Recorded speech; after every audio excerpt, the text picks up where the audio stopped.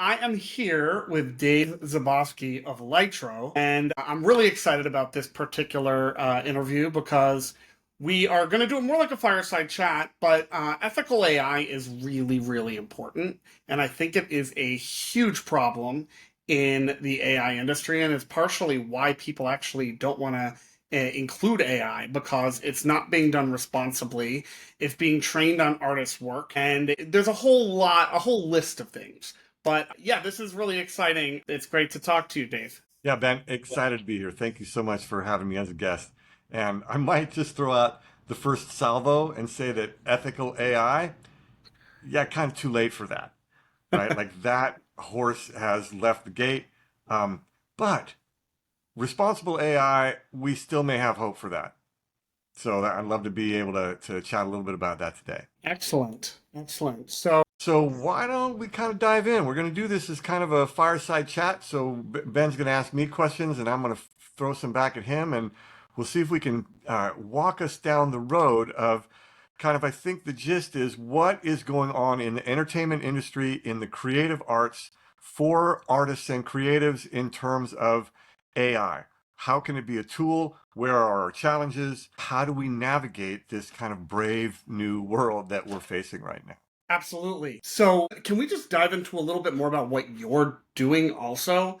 Because I'm really excited about what you've built. And I don't want to tell everybody what it is, but I just really want you to dive in like a little bit more about your background and about what brought you to be in this position, bridging artists with the people who are using AI. Right. Well, as you can see, I'm a classically trained painter and illustrator. I was at Disney for a bunch of years. During the pandemic, I was doing some consulting before the pandemic with some big companies, including Google, where I met my co-founder, Brett Wilms. And we really hit it off, an amazingly creative guy coming from the world of marketing and tech. And we were looking at how do companies get creative work done in this sort of landscape of creativity. There are some challenges. People either go to the agencies and get it done by the agencies, or they go and they get some freelance work and they do it themselves. But there wasn't anything really in the middle, anything that could really do it for you. It's like, or do it with you, really. It's like they do it for you. These guys do it yourself. Could we do it with you? And so I'm connected to a cohort of amazing creatives in the entertainment industry, and we built this company, Lytro, around the sort of admin in between enterprise companies and all of these amazing creatives who've never really worked outside of the industry before. So there's this whole amazing possibility for them to get work outside of the entertainment industry. So that was going really well, and we're doing a lot of neat work on that. And about a year and a half ago, we started to think we've got all of these creatives. How are we going to address AI in this new world with all of these amazing creatives who are a little bit nervous about having their work taken from them? And so our our mission has always been to see creatives flourish. Like that is our core raison d'etre, if you will. And so we started to think about how would we do that in the age of AI. You have to have industry standards. Right now, the industry standard is the AI just takes what it wants. And that's just not going to work in the long term. It's not sustainable for creatives. It's not ethical for companies. So how could we sort of approach this in a way that allowed for AI to have its rising because it's not going away, but to also have the artists, the creatives, and the storytellers be involved in the story. And so what we've built is what we call our content generation suite. It's an AI enabled style store where customers can come and they can pick from hundreds of styles from some of the greatest artists in the entertainment industry and beyond, prompt on their styles, and we conform to these 4 C's, we call them. One is consent, that the artists consent to train a model. Two is the artists get credit. They're credited for their work, meaning that their style has value because their name is associated with it. The third C is compensation. Anytime anybody prompts on their work, they get paid for it. And then the fourth is collaboration. Companies and creatives have the chance to work in ways that they've never worked before using AI as a tool, as a brush, not as a replacement. And so when we have a kind of framework like that of these 4 C's, consent, credit, compensation, and collaboration, I think what we have is the makings of an industry standard that can allow for these two things. the technology that is amazing to coexist with creatives who are equally as amazing, so that humans and AI can create something that's more than both of them. And that's kind of what we've built with Lytro. That's amazing. And what's really interesting about technology is we just came out of this whole NFT Web3 universe where it was talking about protection, it was talking about security, how to get people paid for what is theirs. And then with AI, you're basically supercharging that. And then with what you're doing, it's almost like in the future, I can see this being almost like you need the Lytro blanket in order to train on any material. So any of the LLMs or any of these people like OpenAI, Google, it's like if they want to have access to art to train on, they should be able to basically put the Lytro blanket on, and then once you're training, kind of like how NFTs work, it would ultimately filter payment to the people who are being prompted on and the people whose styles are being used. Is that kind of where you see this as a future, more of like you stand as literally the bridge between art, copywriting, photography, and who uses it? I mean, I think that that's what's possible, that a company like ours or a company like ours, is a safe haven for creatives. So even with things like Glaze and Nightshade, which are watermarking tools that if those images get scraped, they poison the model, right? Like they Yeah. distort the model so your images can't get scraped. If we have something like that attached to everything that comes out of a consent model for creativity, then there's a safe place for the creatives to have their work. Right now, if I post something on Instagram, it can get taken from me. And you know, those companies depend on people like us for their value, right? For we make their value. Those sites are beautiful because of us. And so to scrape it indiscriminately, clearly it just doesn't seem like the right thing to do. So what Yeah, you is? almost have like two people you're servicing also. You have the artist community, and then you have the clients who want to train on their work. Can you talk a little bit about like that and what it's like to work with both of those different buckets of people? Yeah, I mean, essentially, it's a marketplace. I sort of think about it as a farmer's market, right? Like all the booths are all the artists. They got their fresh apples and peaches and things like that, and honey, whatever their offering is in their booth. And then the customers come through the gate, and we sort of manage the traffic and the interactions. It's just two sides to the marketplace. And I think that what's exciting for the creatives, particularly, but this sort of blends back and forth, is that the creatives have kind of two aspects. They have one is a revenue channel that's a potential revenue maker for them. And the other one is that they can be part of the story of building momentum towards responsible AI. And I think both of those, for me as a creative, like there's the practical, but there's also this sort of spiritual or philosophical, and both of those track. And because they do, I think that customers want to see healthy ecosystems. We can't be constantly extractive. It's not sustainable.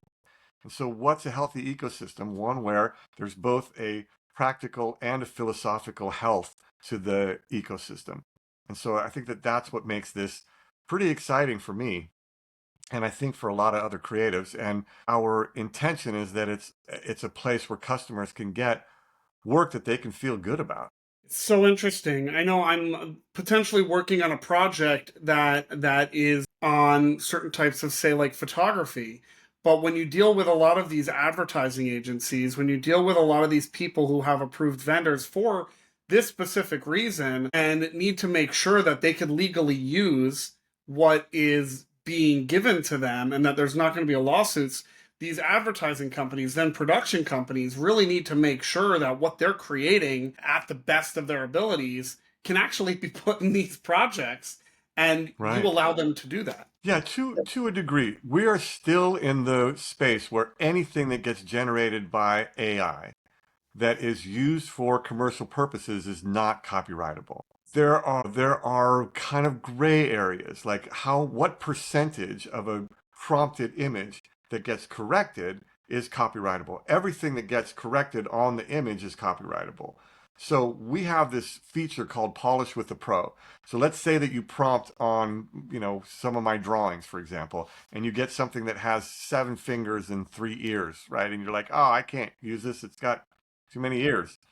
And so you can hit this button, Polish with the Pro, and it says, hey, Dave, can you fix these fingers and ears for us? And so that comes to me. I get paid my day rate.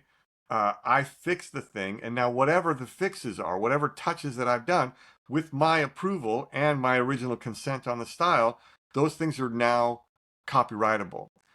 The other piece that I think is interesting and why it's a gray area is that things are not copyrightable because there's never been consent for the usage of those images. What if there was? And so that is still to be adjudicated. The idea that the artist consent to the model being trained on their stuff, even though the base models may not be ethical, the output could be responsible. So that's the tightrope that we're walking right now. Well, needless to say, it is a problem that needs to be solved. And it's Right, exciting to see what you're doing to take steps towards that and right. towards Well, making let that me ask you a question. please. Yeah, because we are we have 500 artists, 600 artists in our cohort now that are all curated. They're all guys that I've looked at all of their portfolios, guys and gals that are amazing and from all over the world. So we had to do something. Um, and we're kind of doing this in a vacuum. It's why I love chatting with you about this stuff, man, because you are outside of the vacuum that I spend a lot of time in. You are in the world of entertainment. And I wonder from your perspective, what do you see in film and television for the creatives? I don't know, however you want to answer this, that are the greatest challenges going forward. We have the writer's strike, we have these sort of creative battles that are happening. What's your temperature reading on what's going on in the industry right now, and maybe what could be the solutions for it going forward? That's a great question, and it's a lot of what I'm talking about on a daily basis, and really every industry has gone through it, and the entertainment industry, funny enough, leaving music aside because music is something that has always gone through these tech advances first. But you have these tools that are coming out, like just coming back to when that hand from the CGI hand came out and like almost then led to Jurassic Park, and then oh, we're now making computer graphics and VFX is going to ruin everything and take all of the artist work. Well, it changed it, and it changed how artists work, and now artists work on the computer, and there's digital art, and obviously there's still people who are hand drawing, they're painting, and then trying to do all of it. But in the end, it's just advancing, and you can never just stop learning. Is basically what I tell everybody, and you can't just be good at one thing now. Is really my personal opinion. There's a lot of multi hyphenates, right? So if you have an idea, ideas are just ideas, right? And then until you can actually create it. So these tools that are being given allow people to create. What's really interesting about that now is it fills in your gaps. So artists who might not been, great writers can use these tools to potentially come up with ideas to fill in their ideas for their art. They might have a really cool character. Writers might not want to use it for writing. They might want to use it for coming up with, oh, how do I visualize this person? And then now you have these elements, and you might not be a great editor. So now it allows you to basically look at transcripts. How do I edit this transcript like I'm editing a document which edits a video? How can I take that one step further and figure out like what B-roll fits? Because you might not naturally be a cinematographer. So it's kind of like taking all these elements, filling in your gaps, and being able to do more, if that makes sense. Oh, it's great. Well, so one of the things I was talking with a filmmaker last night, and one of the things that's very exciting is that it's in all likelihood, we don't need 1,000 people to make a film anymore. And so stories can be more accessible to smaller groups to make films, right? So you could have 6 talented people and in 6 months make a feature film. You pay all of those guys 6 months of a salary, and you got a feature film for whatever $400,000, right? Um, The question I have though is like, there's a lot, there's a lot of resources out there. How do I know where to start?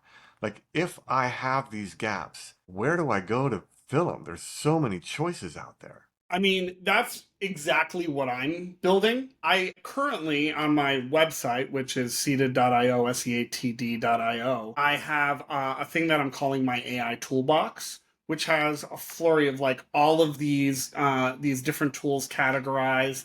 You know, there's a lot of YouTubers who are talking about all the tools. I have my own podcast and my own videos that I do as well.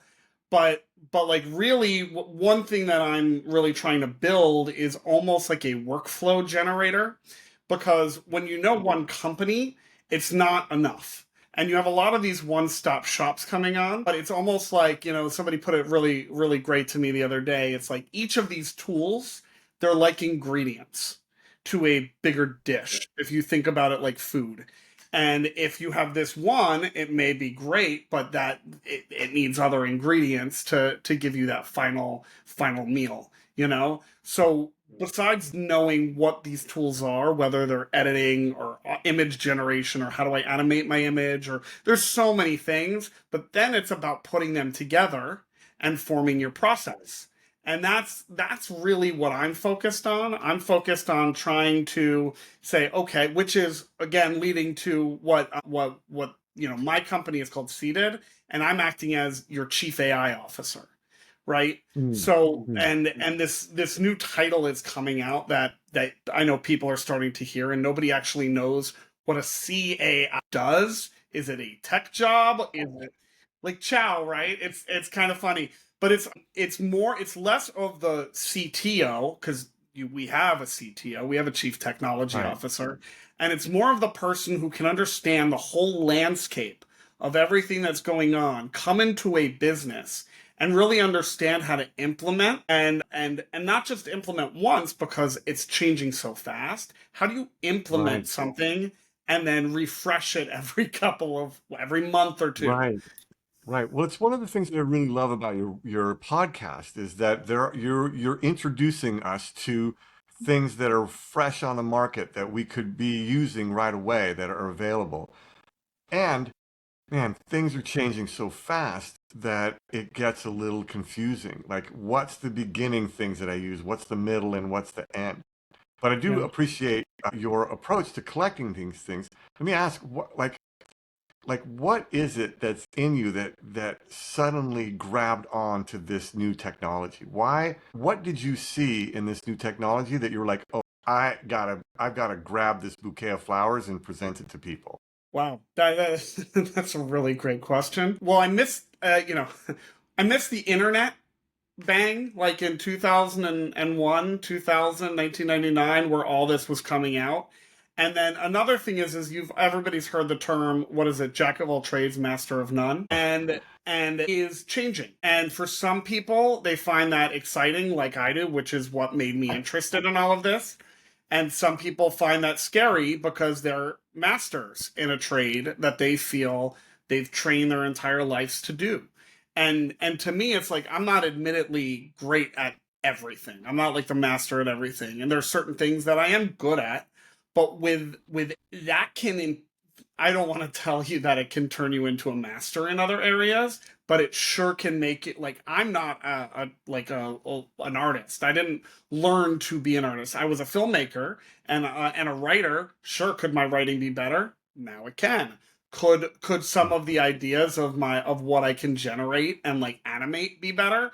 Sure. I had a post-production shop where I was doing a lot of animating 2D and 3D animation. I had a lot of people do that work for me. Now, in this essence, I could another thing that really excites me, kind of shifting gears a little bit towards that idea, is that when you're working with artists, a lot of producers and a lot of directors don't know how to talk to them.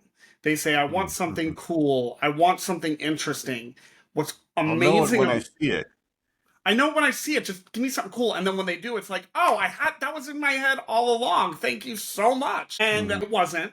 But now you can literally go and do it yourself, not perfect, And then I can take that and give it to an artist almost as a proof of concept. And then the artist can be like, oh, that's what you're trying to, like, leave it to me. I'm going to go away now and I'm going to go make this good, to a point where it also works with coding. Like there's applications, right? With Anthropic and Claude now, you have a thing where you can actually talk to Sonnet, which is their model, and you can watch it build the code, and you can, and it literally has a conversation with you of how to turn that into a working application. Now, how many artists do you know that have better ideas potentially than the tech people who are making these apps, and they just don't know how to do it? Now that's not a problem. Right. So, how do you see this as a tool and not a replacement? Like, what do creatives who have some mastery, what would you say to them so that they could be a little maybe less intimidated by this and more able to embrace something so that it augments what they're up to? It's interesting. That leads me back to when the strike was happening. And a lot of artists were scared, rightfully so. And then everyone thought that the studios were coming in and saying, we hold all the keys. But if you really kind of like flip the script just a little bit there and understand that, well, the studio holds the money, and money used to buy you to be able to do those things. Now, the creatives have the ideas. And when you get something from like an LLM, it's almost like a first draft. And I know what a lot of people call first drafts. They call them vomit drafts. Like it's literally what people call first drafts. And you would Hmm. never use a vomit draft. And people even get sometimes ghostwriters to write their vomit draft that they will then take and like mold like a piece of clay.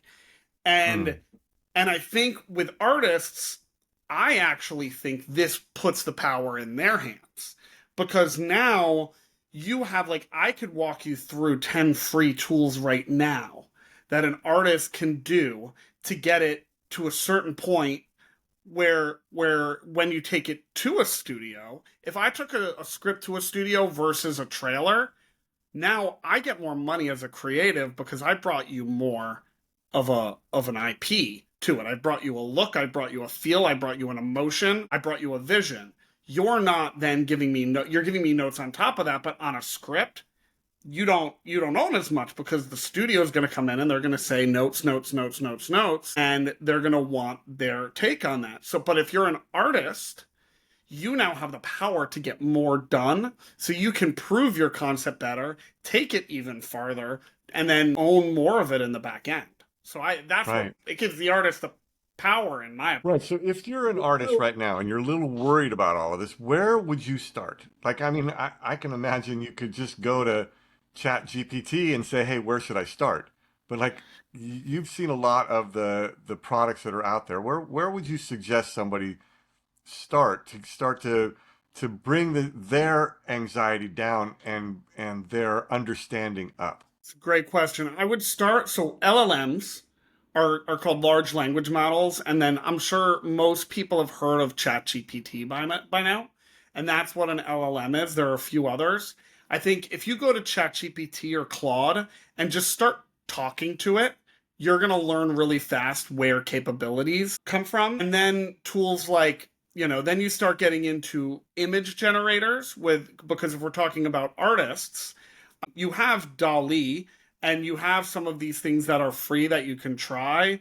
Personally, I have been using Midjourney with, obviously there's a lot of what you're doing with training, but I think to get to know how you generate certain things and just understand that, if you are an artist and what I want to do is write, an LLM can help. If I want to then create a teaser of that to then take that to someone, well, there's a workflow of tools, and that's something that I can go over with you as well. I can give you links to. I made an entire content workflow sheet that shows Hmm. from development through distribution, like even getting into the like social media. So you can look at that. We could leave a link to that as I well. mean, I think maybe the answer is they can start with you, They right? could Like, start, but like just understanding definitions. Just if you're right. interested, if you're interested, then tiptoeing into like ChatGPT or Midjourney, that will at least get you started. That will get you started. That will understand what this is and understand that you can't just get something from a prompt. Like you have to work with it. Right, right. Like you have to pretend that you're an art director and really be explicit to a machine that has a lot of choices at its disposal. But I think maybe one of the things is, let's send some folks to your website. I think that that would be great to start to see that there's a lot of great work being done, and there's a lot of opportunity for this stuff to enhance the creative things you're already working on. Yeah, and I'll go out on a limb too, and personally, and I've talked to a few artists about this as well. Is we're in a time where artists can actually start stepping up to be the directors, right? And I think that scares a lot of people because directing in essence is being able to put the right people together and help guide them to make this vision a reality, have a vision, and then guide that vision. But a lot of the times when you're working with production designers or cinematographers or artists in general to craft the look and the feel, well, now you're giving the tools and putting these artists in the driver's seat of being able to actually craft something themselves. Yeah, excellent. I am seeing that there's a spinny thing. Did I freeze? No, we're Um, back again. yeah, there we go. But artists can craft them by themselves, so I'm just really excited about Yeah, yeah. Like I think the days of a $200 million budget for a film might be over. Right. I it. think that But that's the thing for me that's exciting. I think it's interesting, and it's hitting the advertising world as well. And what I mean by that is the the bigger the crew, the harder it is to pivot. It's like taking a Mack truck Mm. and going down a one-way street. Now, the smaller you are, the more you can adapt, the more you can take on new tools, new features, new workflows. And that's what brings the $200 million movie down because it's not that you're not doing the thing and or that it's going to replace the people. I don't want to the line that I know a lot of people in this space use is AI will not replace your jobs, but the people who understand it and understand how to use it will be the ones who get those jobs. And it's almost like, did you really need to spend 100 to $200 million? Were there efficiencies, or do you spend that money to prove that you need it from that point on? And that these Right. things need that money to like say this is what everybody needs to make, or are we trying to really make art? Like, let's give money, let's make sure everybody's taken care of, let's make sure that we have careers and a business and a thriving business, which we're going to have more art than ever before made, in my opinion. But like, let's make the art. Let's not let's real and like let's make more of it. Let's put the money like into the art. Right. I think that that to me is what's exciting. Like a small, nimble team of dope creators now have at their fingertips the ability to make a feature film or to make stories that they can distribute through Love, Death, and Robots at Netflix. Like these short form stories are more viable now than ever. And so, getting distribution, being able to have a small, nimble team, not waiting for the studios anymore to be able to do the kind of thing, to tell the kind of stories that you think might make a difference. Absolutely. I think it's exciting. I mean, I think it just gives superpowers to everyone. And there are people who are looking at this coming from the AI filmmaking arena. And I think it's less of using that term because you didn't call it visual effects filmmaking or sound or color filmmaking. It was filmmaking, and there were new tools that helped you complete art. Could you not do this before? No. Like, could you do it now with these new tools? Sure. Can you do it faster? Can you iterate faster so you can focus more on the creative versus the time it takes to turn the direction of the rain? You know what I mean? Right. Like now it's focused on what you're doing also. So Do you see that there are still some dangers involved, some traps that we need to avoid? Is there some like where is our diligence focused at this time? I absolutely, and it's why I love what you're doing because I think you're solving, or you're trying to solve at least one of the biggest problems I think we have. There are a lot of ethically ambiguous people, I like to call them, in this world, and I think if it's you're ethically ambiguous, you're not ethical. there are a lot of ethically Fair enough. ambiguous people. We could say that non-ethical people, but like there are a lot of people who are trying to reach that success and not caring how they do it. And I think now more than ever is that's going to happen. And you're going to do first and you're going to ask for forgiveness, not for permission. And there are a lot of people who are asking for forgiveness, not for permission. And while I agree that sometimes there are times for that, having a startup myself, it's trying to figure out how do you not take other people down while you're bringing yourself up, or cheating by using other people's art who didn't get credit or get Yeah. compensated for. There's a whole voiceover industry that needs to be Yeah, no, fixed. there's actually a rule. It's in the rule book of life, which I have right here. It I says, love that. don't be a dick. Love it. Nice people only, I call them too. Yeah, nice. All right, cool. Right. So, I think that it sounds like it's also a function of momentum. Like, how do we continue to build momentum towards responsible choices, responsible work, supporting the creatives? I'll tell you another concern that I have, Yeah. and I'm not sure how to navigate this one. But I worry about what happens to the middle of our industry.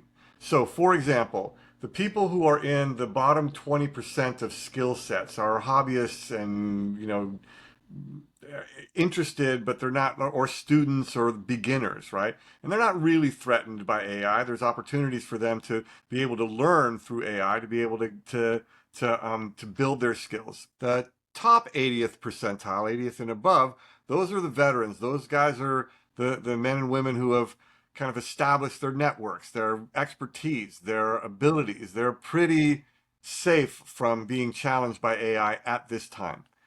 It's the 60% in the middle that is being replaced by things that have been used in the past, or amalgamations of past work that sort of supplants the middle of the market. And I saw this at Disney when the Xerox process came out in the 50s and 60s and 70s. A lot of animation was done using Xerox. So you didn't have to draw Fred Flintstone's head over and over again. You just tilted it up like this and made the mouth move, right?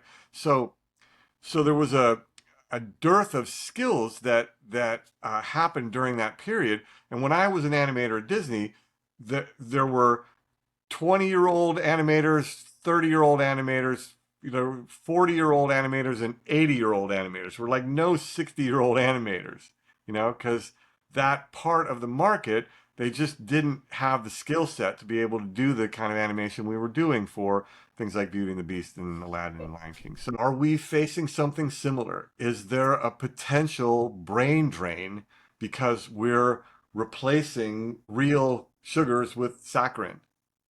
What do you think about Um, that? it's a really good note. It's a really, really good note because it's something I think about all the time. Sorry about that. It's something that I think about all the time. And outliers. Chiming in, it's a good point that they want to chime in on.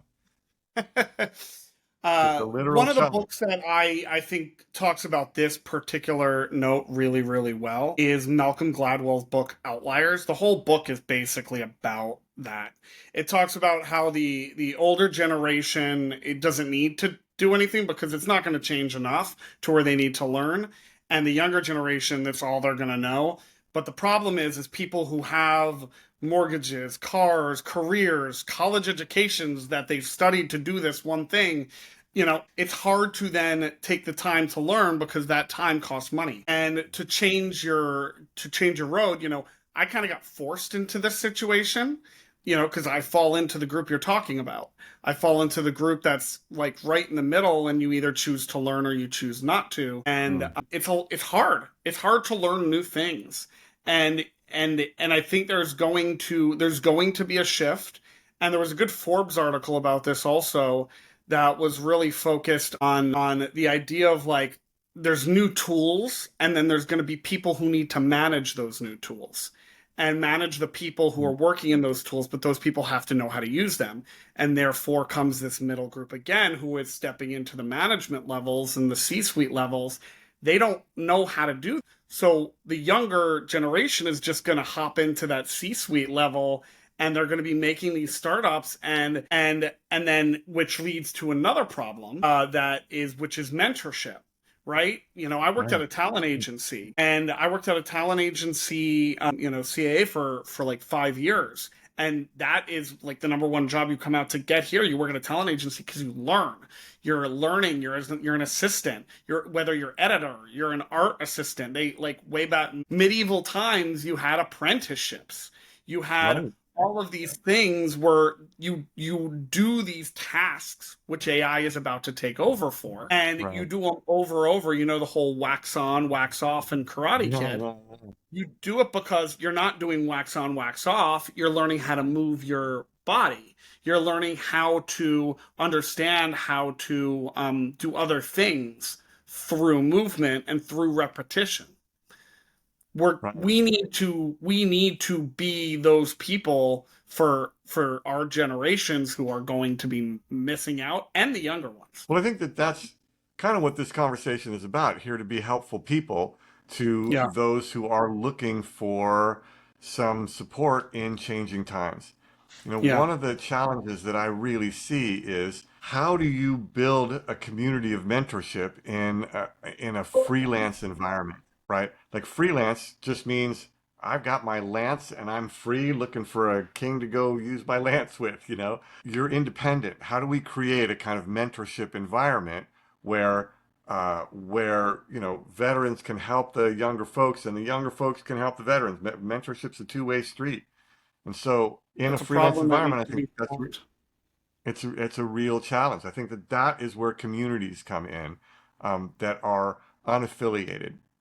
When I was at Disney, I think one of the reasons, and I think that everybody that I work with would back me up on this, one of the reasons that we had a string of hits, Little Mermaid, Beauty and the Beast, Aladdin, Lion King, Pocahontas, Hunchback of Notre Dame, Tarzan, Hercules, Fantasia 2000, Lilo and Stitch. I mean, like that decade of the late 80s and 90s to the early aughts, man, there was a string of magic that happened. Why? I think it was because we stuck together. Like there weren't, it wasn't run of show that you worked. You Yeah, you were working on a show, then you dropped into another one, and then you dropped in, and we knew each other. We knew how to tell stories together. There was an institutional wisdom that was collected by all of these great storytellers. yeah. And then it kind of blew up, and now there really isn't something like that that exists anymore. Even if you're working at Disney, typically as a creative, you work run of show. And so, I think that I would love to see spaces that are unaffiliated with studios or enterprises that are mentorship places, communities of artists where they can go to bounce some ideas off of each other. You're right. It's kind of like what both of us are doing individually, and even coming together and basically strengthening the communities by bringing different types of communities together.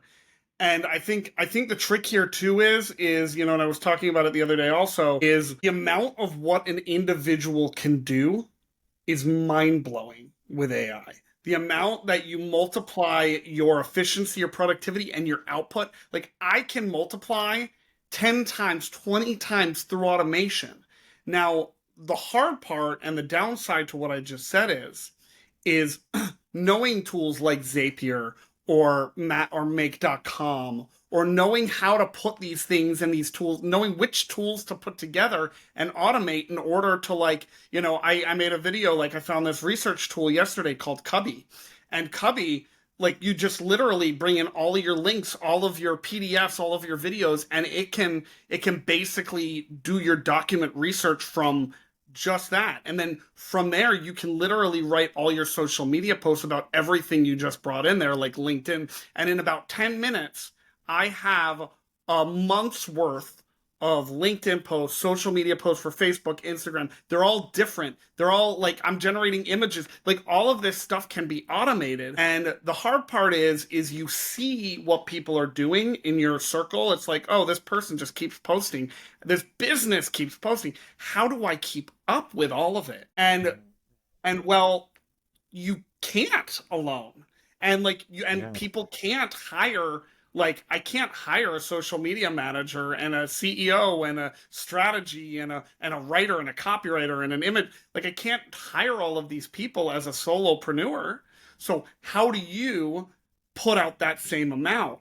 And the truth is those businesses that are at the top right now don't even understand how to do this. So people alone can actually get more done than these mega companies, and Right. the only thing you need to have is that knowledge. Right. Right. And I think that that's amazing that we can automate so much.